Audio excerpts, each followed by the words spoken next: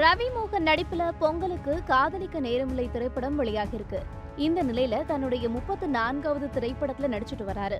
டாடா இயக்குனர் கணேஷ் கே பாபு இயக்கி வரும் இந்த திரைப்படத்திற்கு சாம் சிஎஸ் இசையமைக்கிறாரு. ஸ்கிரீன் சீட் மீடியா என்டர்டைன்மெண்ட் நிறுவனம் இந்த திரைப்படத்தை தயாரிக்கிறாங்க.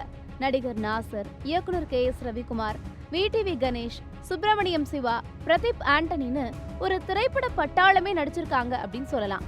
இந்த திரைப்படம் அரசியல் களத்தை அடிப்படையாக கொண்டிருக்கக்கூடிய இந்த திரைப்படத்துடைய டைட்டில் அறிவிப்பு வீடியோல சட்டப்பேரவை காட்சிகள் இடம்பெற்றிருக்குது.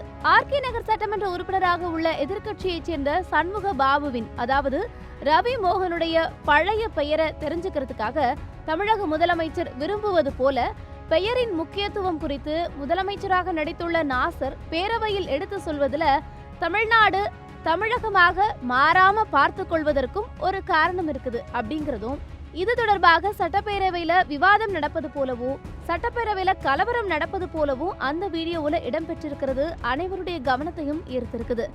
அப்போ பேசக்கூடிய RK நகர் சட்டமன்ற உறுப்பினர் சண்முக பாபு, என்னுடைய பழைய பேர் RK நகர் மக்கள் கொடுத்தது, அதுதான் என்னை இங்கு கொண்டு வந்திருக்குது, அந்த பெயர் அப்படின்னு ரவி மோகன் சொல்ல கராத்தே பாபு அப்படிங்கிற டைட்டில் வீடியோல வருது.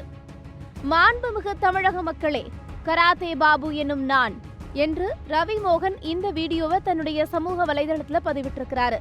இந்த திரைப்படத்துடைய டைட்டில் வீடியோவிலேயே சட்டப்பேரவையின் அனல் பறக்கும் காட்சிகளும் விவாதங்களும் தமிழக அரசியலையே அதிர வைக்கும் அளவுக்கு இருக்குது.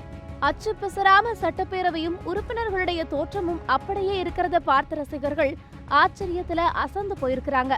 அது மட்டும் இல்லாம வீடியோ வெளியாகி தற்போது வரைக்கும் 3.6 மில்லியன் கடந்து ட்ரெண்டிங்ல இருந்துட்டு வருது.